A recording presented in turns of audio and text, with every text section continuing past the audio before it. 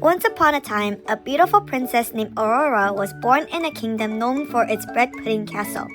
People came with their own special recipe of bread pudding to honor the king and queen.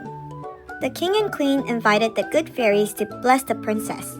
"You shall have beauty," said the first. "You shall have wisdom," said the second. "And you shall..." Suddenly, a gust of wind blew and the forgotten fairy, Maleficent, appeared. How dare you not invite me? I shall give her a present too. On her 16th birthday, the princess shall eat an enchanted bread pudding and fall asleep for eternity. Maleficent then vanished with a swirl of smoke. The king and queen were terrified. The third fairy came forward and said, "Your Highness, I still have my gift left to give. I cannot undo the spell, but I can cast a counterspell." Please, pleaded the king and queen. "When the princess falls asleep, a kind action from a kind-hearted person shall wake her and break the curse," blessed the last fairy. Nevertheless, the king was still worried, so he banned all bread pudding from the kingdom. He also transformed the castle into a boring castle, erasing all traces of bread pudding. Years passed by and came Aurora's 16th birthday. Aurora wandered through the castle, excited for her grand birthday party. As she was walking, a sweet warm scent drifted through the halls. Aurora couldn't resist the smell and followed her nose, leading her to a hidden kitchen.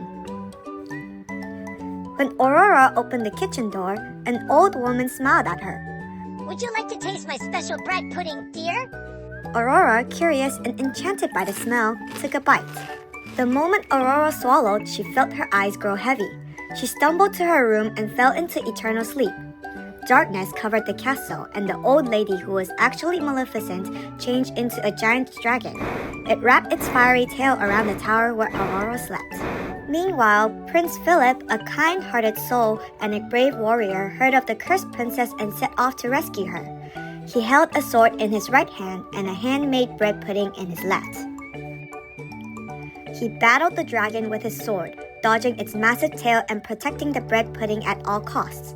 With one final strike, he defeated the dragon and rushed to Aurora's side.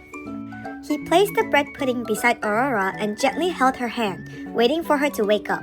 The delicious smell of bread pudding pierced through her nose and Aurora's eyes slowly opened. The curse was broken. The entire kingdom rejoiced and celebrated the waking of Aurora.